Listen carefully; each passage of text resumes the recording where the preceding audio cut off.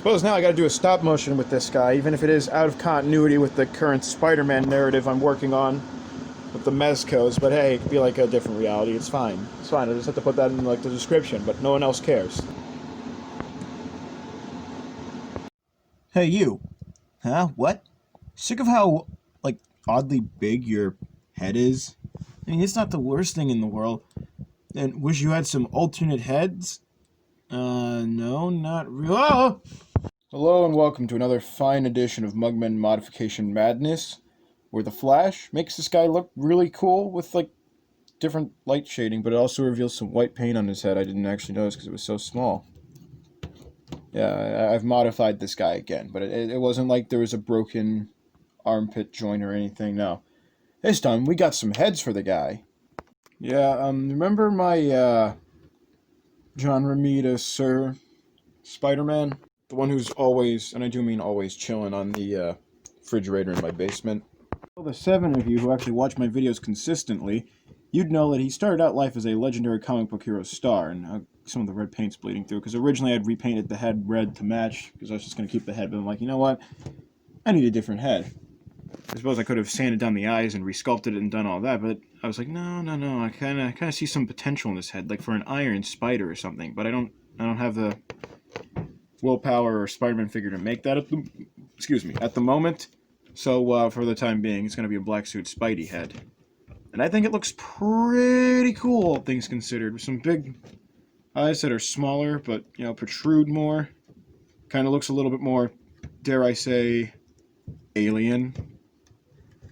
And all you really needed to do was to take the head, hollow the ever-loving shit out of the inside. If you recall, it's a pin and socket joint, like a lot of old Toy Biz figures. But, you know, Hasbro figures have a ball joint. So what I did was I just took like a sanding bit on my Dremel, sanded it down, then took like a drill bit and hauled it out with a drill. There's like better things for that, like that little piece that has like the round thing that look like one of those fucking fans on like the top of a fucking like AC unit in like any city ever. Like I can show you the bit. Whatever this bit is, except maybe there's like a bigger one with this being bigger, but yeah, that's the one. Yeah, but the basic point is still the same. Hollow out the inside so it'll actually fit on that ball joint. And he doesn't have just that head, but I modified this head so it'll fit on him. Which I think looks a little bit more natural, but the head is also a little smaller than I would think it should be. But still looks pretty cool. Okay, forgive all the white speckled look. I forgot, my mom spray painted down here a few years ago, and I still haven't gotten all of it off of my action figures, because I really don't feel like stripping paint. So maybe I ought to repaint this dude. Although it does give, like, a cool effect, actually. Imagine, like, if the symbiote just was like that. It looked all spacey. I don't know. So you see this? This is why I need shelves in my room, and not some old fucking toy car I used to drive around in when I was 3.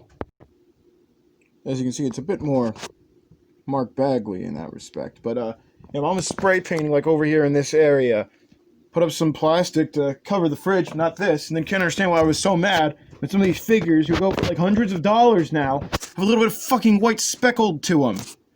Like, the fuck, Mom? What did you think was gonna happen? It's fucking spray paint.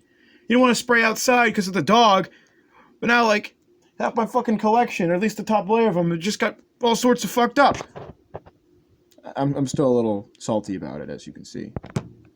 On a side note, I didn't need to modify this guy to get the head off. It just pops off. Which means we now can have the Wii version of Web of Shadows Spider-Man.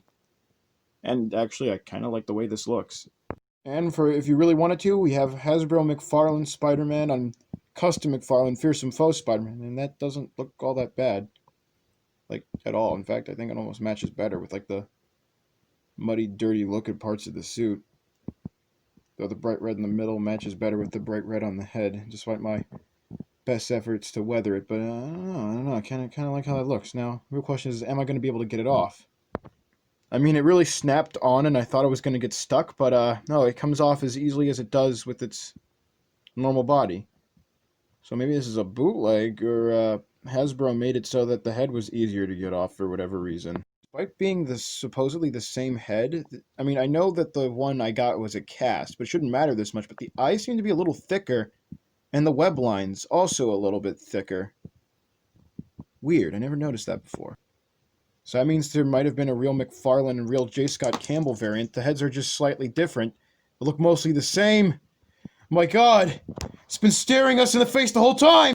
I think that's going to be it in terms of this Spider-Man, and I think I might keep this head on him a little bit, because that looks real cool. But that's only half of this video. Yeah, that's right, I did the thing millions of other people have done and given this guy some USB tentacles. But if you notice from the stop motion and the other, you know, his review, at first he had the other Doc Ock tentacles, but I decided, you know what? He needs tentacles of his own. So, since then, I put the tentacles back on him, and, spoiler, I've customized him. Yeah, I finally did that, like, I guess, early 2000s John Romita Jr. style Dr. Octopus, you know, with the black and, green. Although I just decided to keep the same greens, even though they don't exactly match, so maybe I might go back and finish that. But yeah! Metal bendable tentacles! Such tentacles can be used for disemboweling that pesky arachnid.